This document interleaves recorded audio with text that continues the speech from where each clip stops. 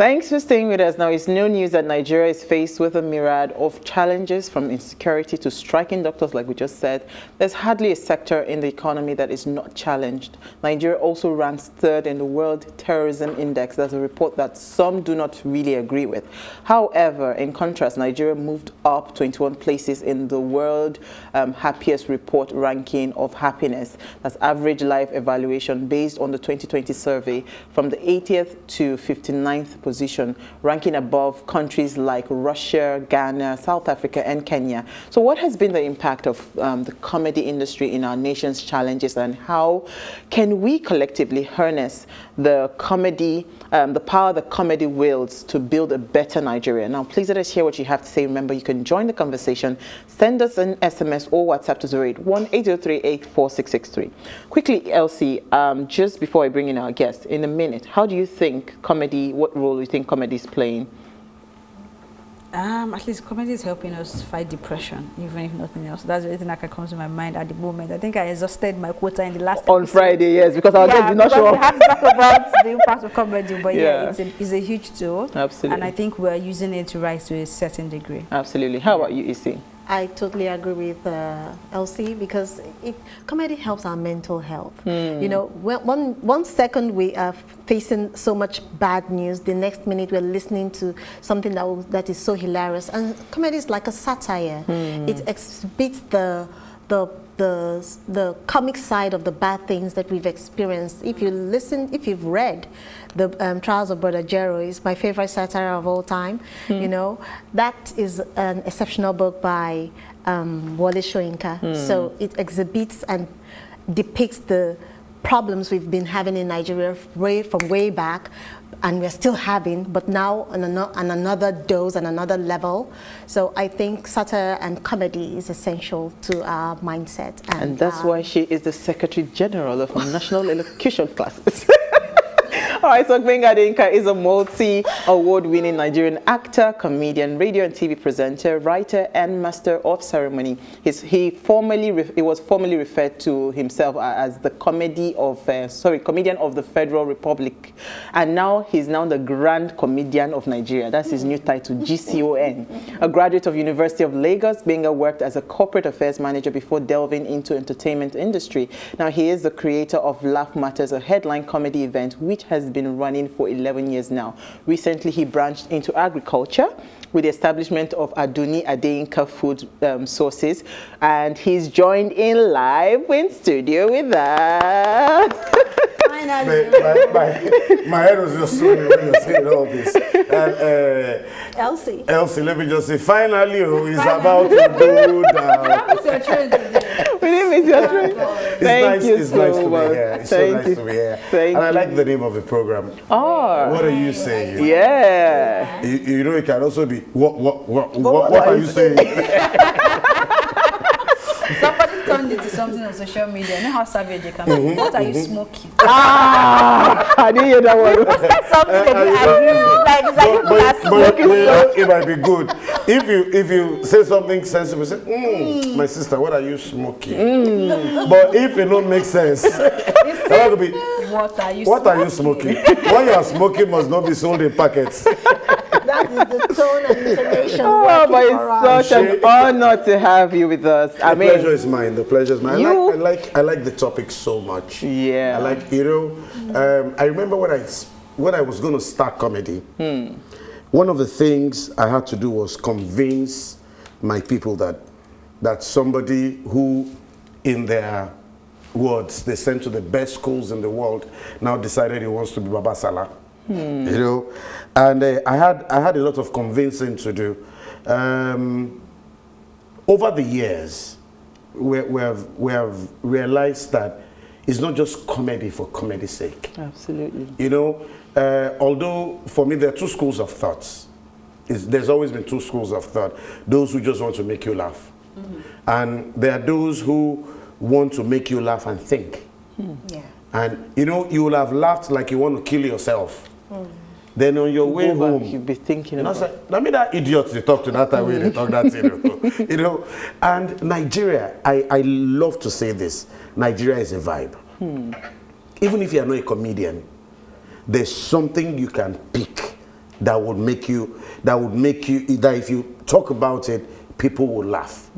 All you just need to do is look for a creative way to put it. I heard you talking about when people in the House of Reps were scaling the fence.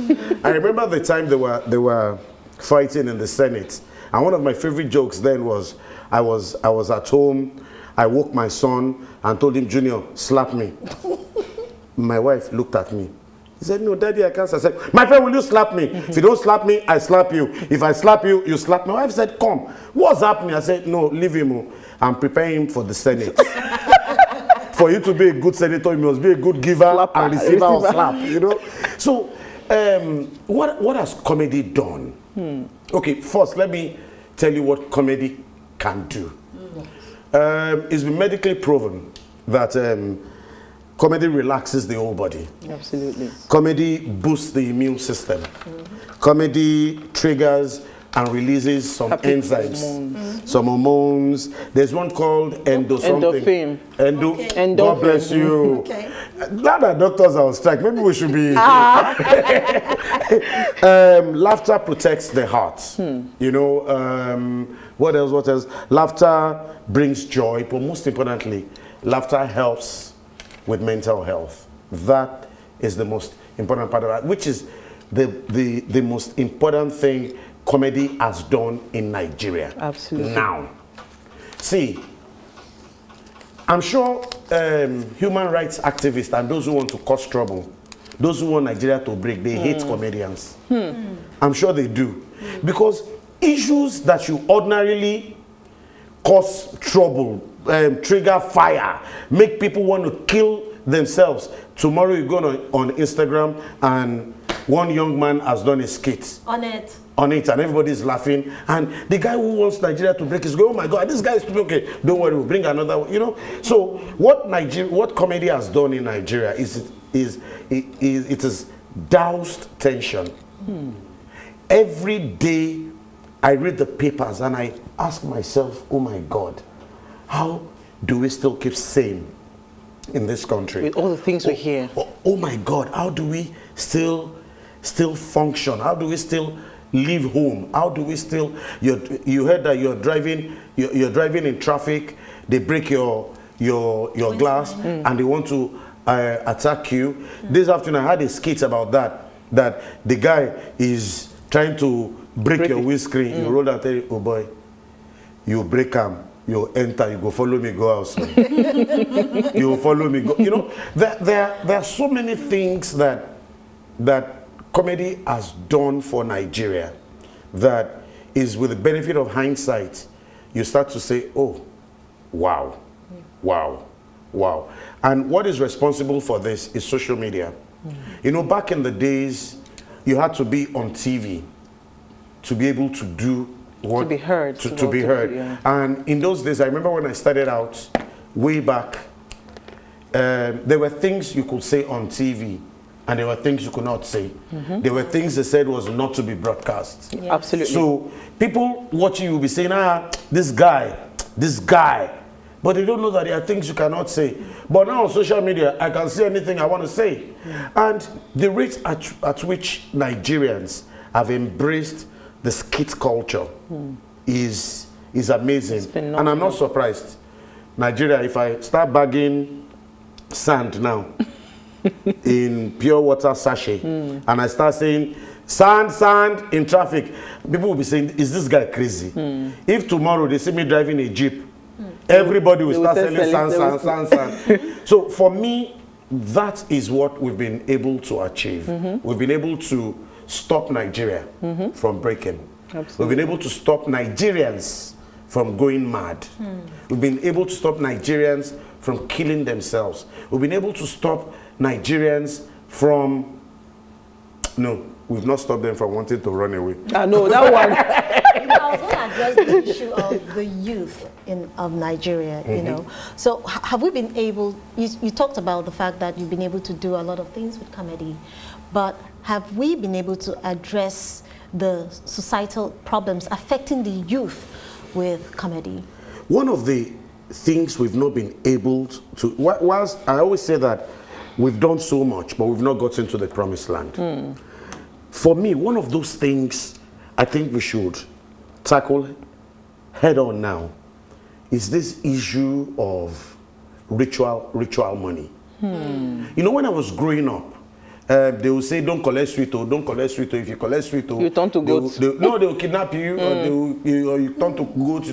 We had jokes on those ones, and you piss on the money you see on the road, and you pick the money and go. But now it's so alarming that every day you hear one man was caught with human hair, and one young boy was caught with human head. One young boy killed his girlfriend. So I think having made people laugh, and this is where the skit makers come in. See, when I go to anchor an event in Government House, I can only be satirical. I can only play. You know, I can only play. I remember I said once that, Your Excellency, I would have been here earlier, but there was no traffic on 3rd Mainland Bridge. It took me almost 3 hours to get here. I'm sure later I would get it. But if I'm on social media, I can say, traffic there, you know. So there's a limit to what I can say when I'm face to face, you know. And first and foremost, what I was called for was to make people laugh, make things lighter, not to add to their problems. Exactly. But this is where the power of skits and films and short plays and all that come into play. You know, the problem in Nigeria that I see is that when it was perceived that there was a lot of money in stand-up comedy, everybody ran to stand-up comedy. Now there's money in movies. People run to movies. Now, skit makers, they make money now. The influencers. But I think we need to sit down and tell ourselves, okay, this is what I want to do. This is my USP. This is my unique selling point. I do skits, but I would rather not do skits. But for the skit makers, they also have to specialize. There's somebody called Mr. Jollof. Mr. Jollof is a madman. He says, as it is. He says things as I love him for that. After when he finishes, he will say, small time now. They'll say Jollof, don't smoke Igbo. You know, I like that about him. But you see, the trend is what has finally happened in music, where everybody just sings beats and people come and shake. Now in skit making, I'm beginning to realize, I'm beginning to notice that people are beginning to show the woman's endowments. They're beginning to talk about sex. They're beginning, all those sell, but you can also pass messages. Mr. Jollof, I think, has about 3.5 million followers. So that means that if you choose that arm of, or that genre of skits, you can also be popular, make money and all that. So for me, we have a lot to do in youth reorientation. Because, okay, we say our leaders, or let me not be guilty of this generalization, we say most of our leaders are thieves. But when you talk to a lot of young people now, and they say they want to go into government, everybody's, oh boy, when we reach there, we say we go shop tire. That is what we need to start working at. Because the problem of Nigeria today, as far as I'm concerned, is not Mr. President, is not the people in government, is not the weather, is not you people on TV, is all of us as a people. Our mindset is warped. That is why a Nigerian will feel comfortable driving on one way when you tell him, hey, wait him, you say pass your own. You know. So for me, we need to work on our mindset, and that is the work of the comedians. Absolutely. So we'll take a break now. When we return from the break, Elsie has a lot of questions. Stay with us. We'll be right back. I go run.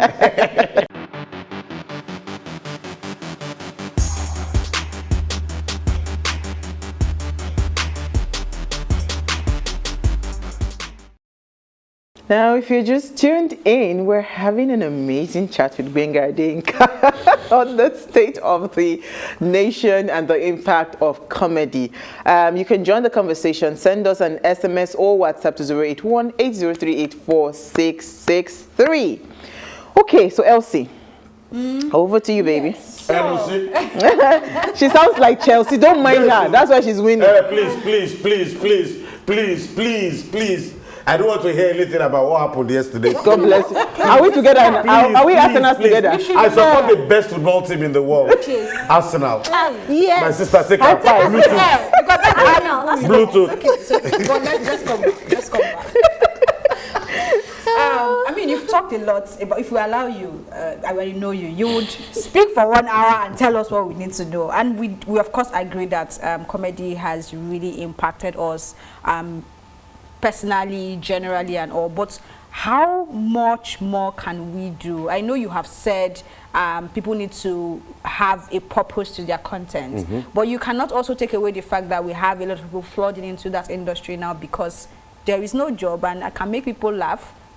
Opportunity is there, let's just do it. So how do we begin to get them to see it from that angle as well and also maintain making money? What more can be done? Okay, I think first and foremost, the sky is big enough for birds to fly.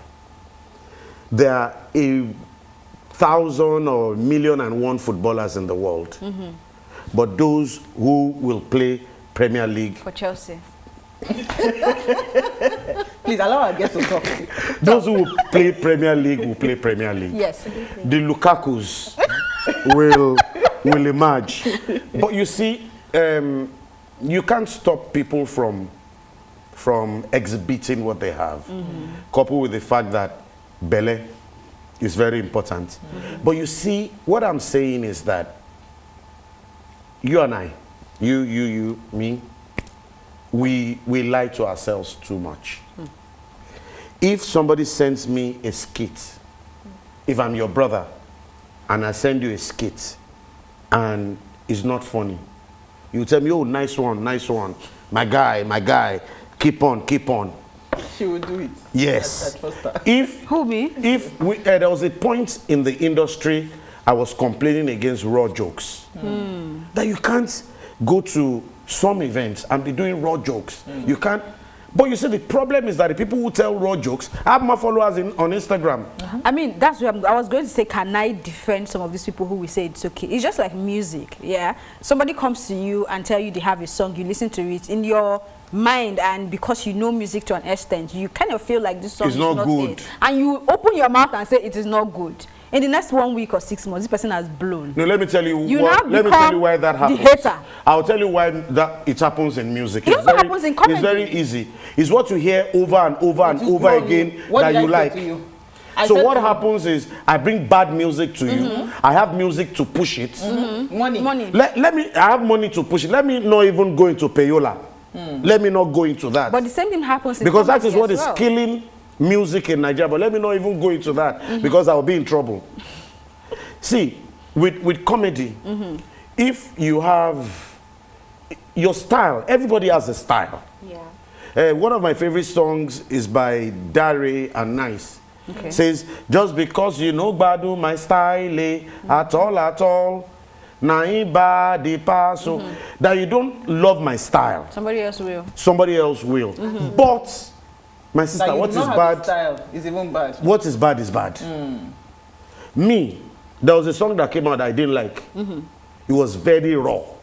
I did not like it at all. Over time, when I'm at bus stop, I will hear it.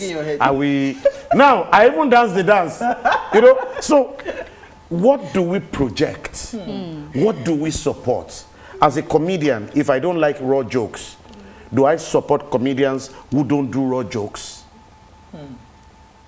As a broadcaster, if I believe that comedians need to make sense, make more sense, musicians need to make more sense, are we giving them platforms? Do you think the comedy industry need gatekeepers right now? Sorry. See, for me, I don't believe that just like I don't believe that the federal government has a right to tell TV stations what to report.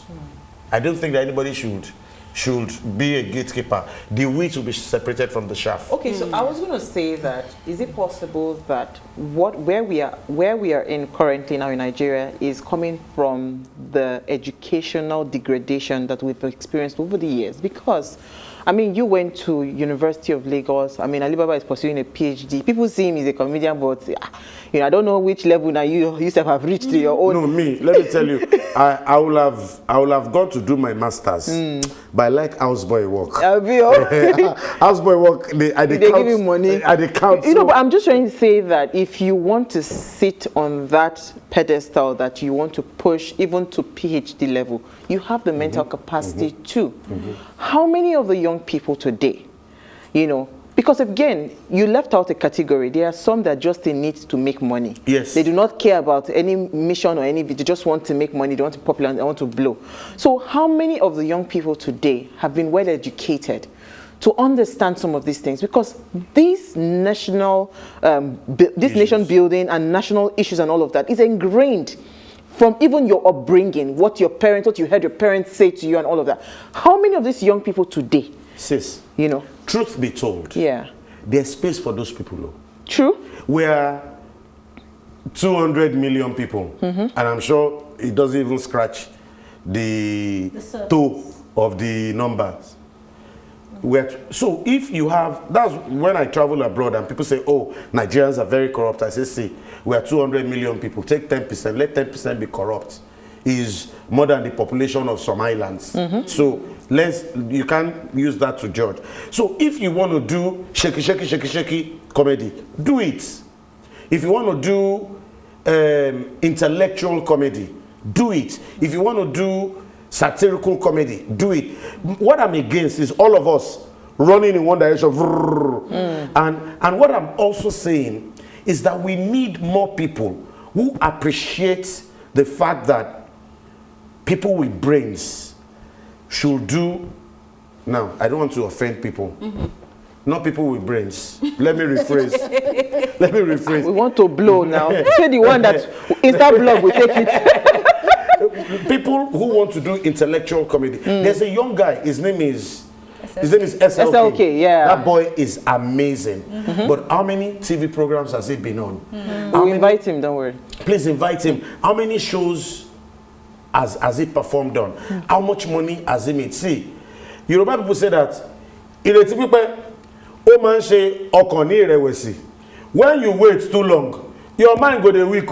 You begin do all these things where other people they do. Exactly. So my take is there's a need for us to change and fine-tune what we do to help in nation building.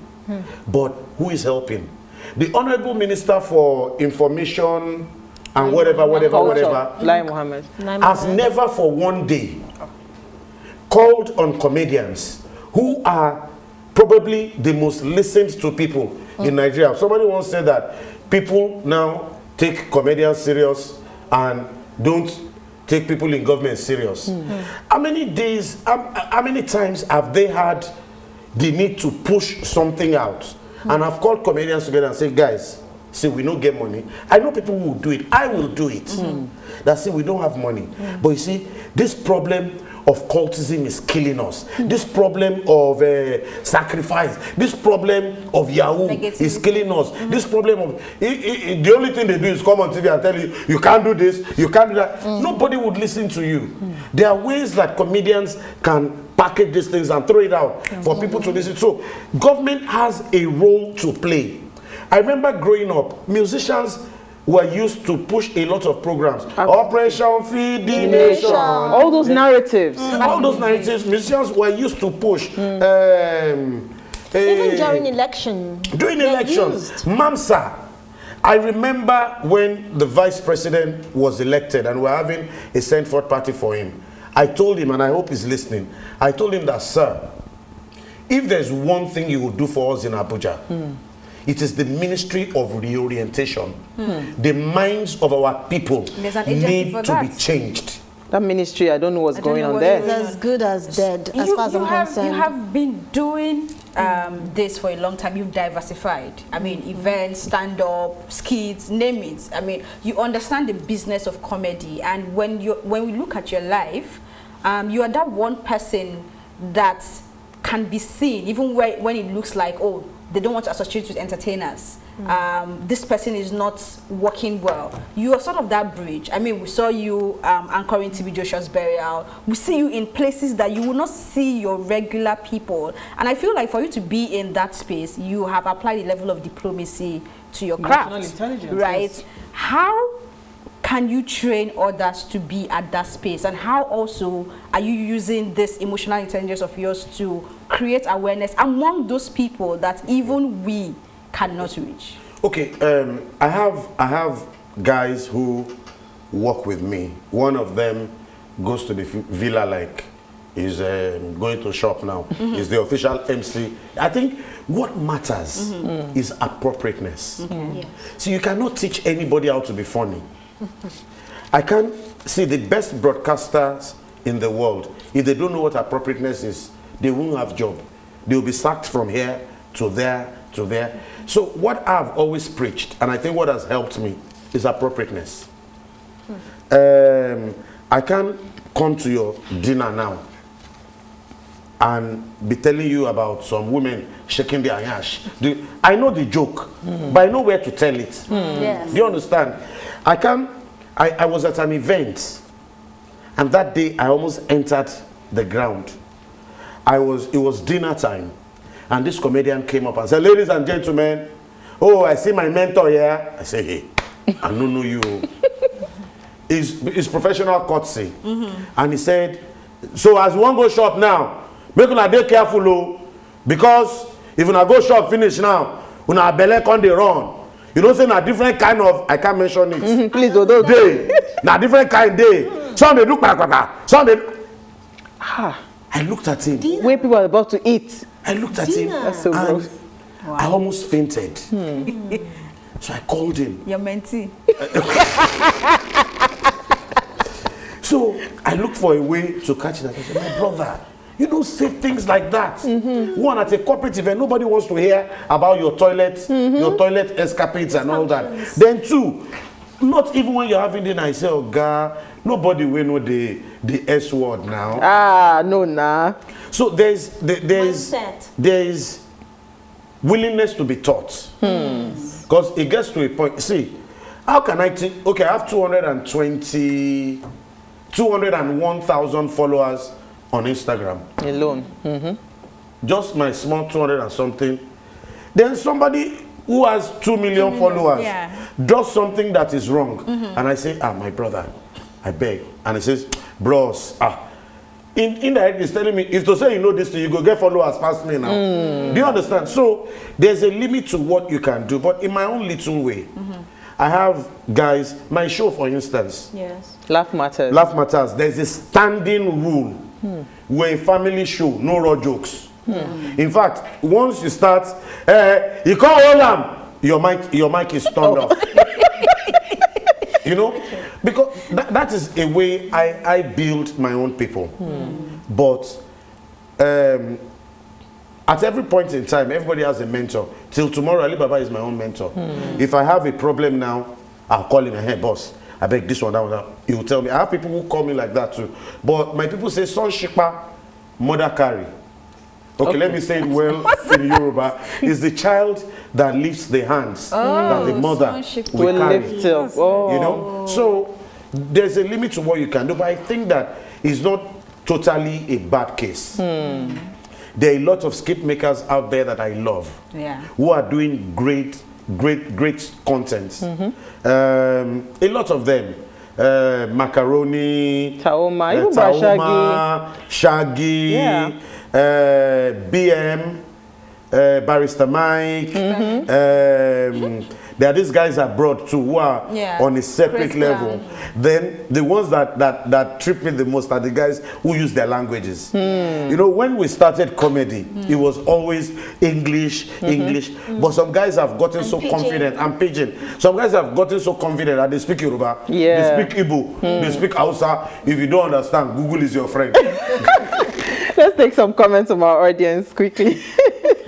Oh my God. I was going to ask a question, but after the comments, okay? Oh yeah, hacks your money. Okay, comments from Ade says, good evening, ladies. What's your guest take when comedians perform on church platform? Some twisted Bible messages in a negative way while on the podium as a comedian. I'm not against the industry, but such performance on church podium should be readdressed. Okay, God bless you. My Ade lives in the UK, by the way. Oh, how are you doing? And I'm not a lady, I'm a guy. Because she said, hello, ladies. Don't mind that day, he forgot to add and gentleman. My take is this.